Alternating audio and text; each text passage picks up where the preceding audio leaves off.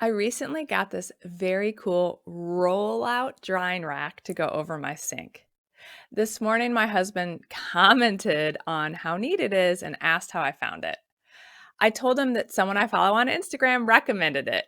He chuckled, but this is truly how I find some of my favorite products these days by checking out recommendations from people I follow online or recommendations that I hear on podcasts. For years, I did a favorite products list on my blog, and I'm excited to continue this tradition on my podcast. So, today I'm going to be sharing 6 sleep related products that my clients have been raving about in 2022. Hi, I'm Allison Edgety, a pediatric sleep and wellness coach and a mom of 2. I love to help parents find solutions. This is How Long Till Bedtime.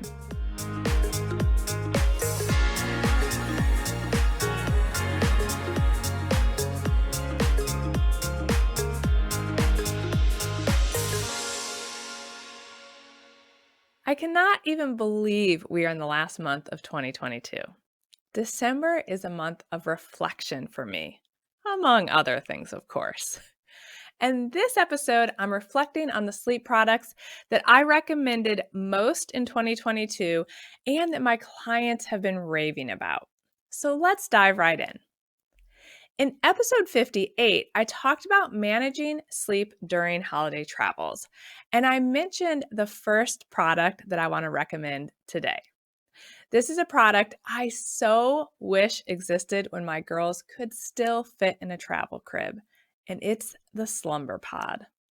The Slumber Pod fits over the vast majority of travel cribs out there. It can also fit over a toddler air mattress, and basically, it provides your child with their own blackout little nook.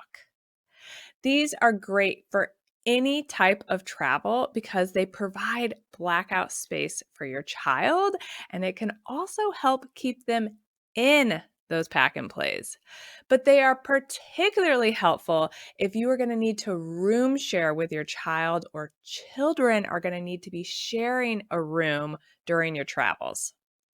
The Slumber Pod just recently released their latest updated version, the 3.0, which includes an improved monitor pouch, an additional fan pouch so you can put your fan up above in the Slumber Pod, and white noise can go in the original lower pouch, and it has an updated ventilation panel. The vast majority of families I work with do some sort of travel throughout the year, and this is the product that I recommend to them and they rave about the most. I have a discount code that will get you $20 off a Slumber Pod. It's sleep and wellness $, use the $20. I'll share it in the show notes along with a link that will automatically apply the code for you. Speaking of travel and travel cribs, I had a client this year who was looking for a travel crib recommendation. So I polled my Sleep Tight membership community, and there was a clear winner. Families are loving the Lotus travel crib. Parents said that it's much lighter than a pack and play, which makes it easier to travel with and move around. So, to compare, I went ahead and looked up the weights of the Lotus versus a pack and play, and it's a 5-pound difference. The Lotus is 13 pounds compared to the 18-pound pack and play. Its carrying case is not as long as, say, a pack and play's carrying case, and it has backpack straps so it can be carried through airports hands free. Parents also told me that the mattress is longer, so toddlers can fit in the Lotus longer. This is huge. I've had lots of people that have run into traveling and their child no longer fits in the pack and play. So this might be the most convincing reason for me to recommend that a client buy one, or reason for me to buy one if I were still in the market. So I went ahead and looked up the length just to confirm that this is true and to see how big a difference are we talking about here. The Lotus mattress is 41.5 inches long compared to the pack and play mattress that is 37.5 inches long. That's 4 inches. 4 inches is huge when you're looking at a growing child. So Addison is so petite that we never really had an issue with her outgrowing the pack and play. I kept her in it until she was 4 when we traveled, but Ainsley did outgrow it when she was 3. And so those extra 4 inches would have been huge for her. And I did confirm that the Slumber Pod is compatible with the Lotus Travel Crib. So these two things can be combined and make your travels a little smoother. The third product I want to talk about today is another product that I wish had been around when my girls were little. If you have a child in daycare or school, chances are that your child has already caught a few viruses this fall. It has been a rough season so far. I share tips for navigating sleep when your child is sick in episode 22, which I will link to in the show notes. But congestion can definitely affect our children's sleep, particularly for infants or young kids who can't even yet blow their nose. I tried the nose Frida back in the day when my girls were little, and I never actually found it that helpful. Maybe because it was hard to coordinate sucking it in my mouth, holding it in my child's nose while they were resisting it and not thrilled about it. It also grossed me out.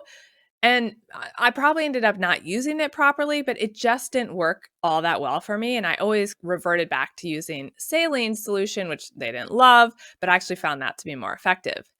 But these days, there is a product that I would have absolutely purchased and that my clients are raving about, and it's called the NoseBot. It's an electric nasal aspirator. It only requires you to use one of your hands, and actually it just takes 2 fingers. So you actually end up with kind of your thumb and your 2 outside fingers to be able to support your child's face. So it only requires you to use one hand, 2 fingers of one hand. So you have some fingers on your one hand to still use to stabilize their face, and you have your other hand to hold your baby steady. It also has 3 suction strength settings, and it's easy to clean with dishwasher safe parts, etc. So I'm going to link to this in the show notes, but this thing looks awesome and my clients love it. So I would totally recommend this product if you have a baby or child who can't blow their nose, and it can definitely help your child sleep if you're able to clear that nose out a little bit when they're sick. The next 2 sleep-related products I want to mention are products that I recommend to virtually all of my clients. The first is the Kite Sleep Sack. Sleep sacks are safe, wearable blankets. Yes, that is great. That's fine and dandy. But I actually don't think sleep sacks generally improve children's sleep. They don't hurt sleep, but I don't think of sleep sacks per se as a sleep tool. The biggest reason I love sleep sacks is because they keep children in the crib longer. When a toddler tries to swing their leg up to climb out of that crib, the sleep sack is going to restrict how high they can lift their leg. 9 times out of 10, keeping your toddler in a sleep sack is the key to keeping them in the crib as long as possible, which I am a strong advocate for doing. If you haven't yet listened to episode 26, 5 myths about the crib to bed transition, please hop over and check that out. I will link to it in the show notes. But it also, in that episode, I talk about sleep sacks and kind of thinking about the timing of when to transition your child out of the crib. There are lots of sleep sacks out there. But when clients ask me for a specific recommendation, I often recommend Kite Baby for a few reasons. First, it's nice and long, so it can accommodate our growing toddlers and they last a long time.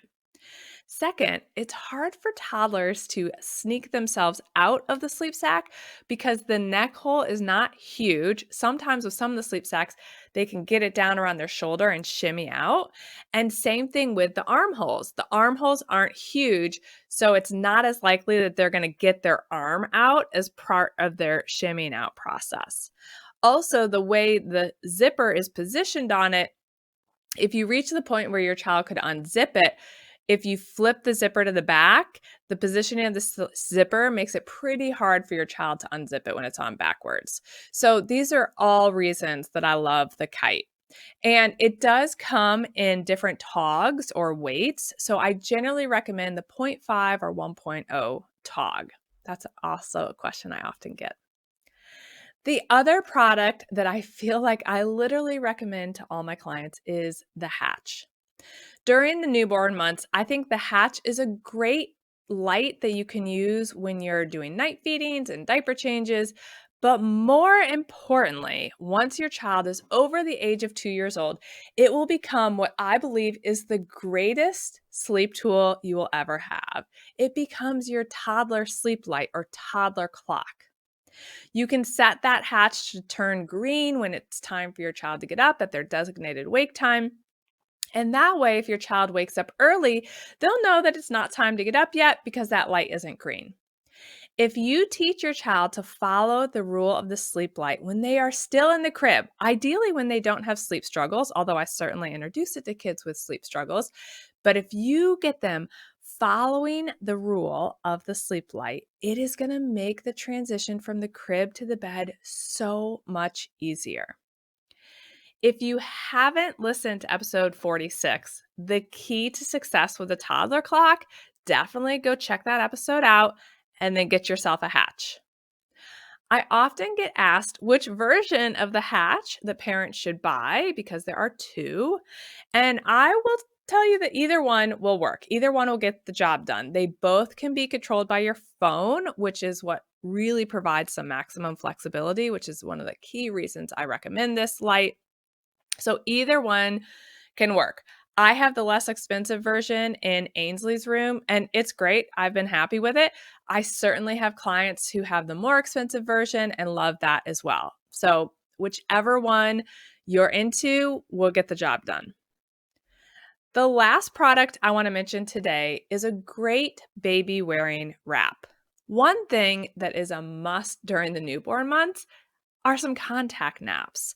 But many moms in my newborn sleep program talk about feeling like that they're never able to have their hands free to even accomplish simple tasks like washing pump parts or washing bottles or being able to take the dog out and easily hold the leash or what to do during the witching hours when they can just never put their baby down.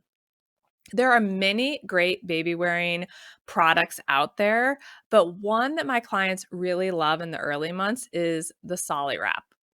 And I might be saying that wrong. Is it Solly Wrap? I'm not sure. But the company sent me a couple to check out, and I let some of my friends use them. I also polled my groups to see who was already using them and what they thought about it. And everyone who tried them or used them recommended it. The fabric is incredibly soft. I know because I have some in my house here, and it allows you to custom fit how it fits onto you and your baby based on your baby's size and your build. So everyone I know who's tried it said they really liked it. I'll link to my discounted link that'll get you 10% off in the show notes, or you can use my code, which is Sleep and Wellness Coach 10. All right. There you have it. Those are the 6 sleep-related products that my clients and I were loving the most in 2022.